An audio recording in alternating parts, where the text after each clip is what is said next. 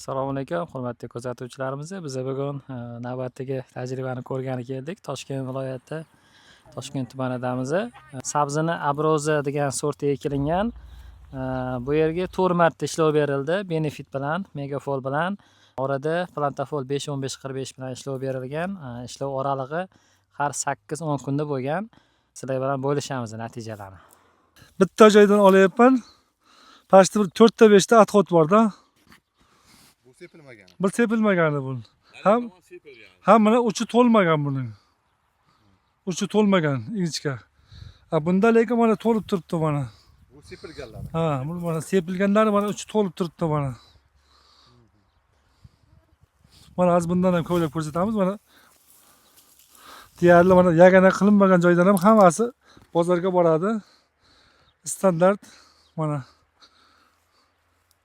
Erigan bo'lib ketmagan, boshqa ham bo'lib ketmagan, hammasi 15-16 santimetrlik sabzlar mana, uchi to'lib turibdi mana. 18 santimetrgacha.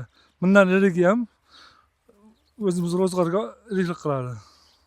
Atxot mana ko'proq 2 ta atxot, 3 ta bozorga, 5 tadan. Bunda yo'q mana. Bitta joydagi, yagona qilinmagan joydagi bor shu.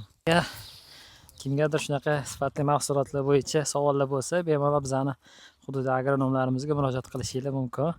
Biz endi ishni davom ettiramiz.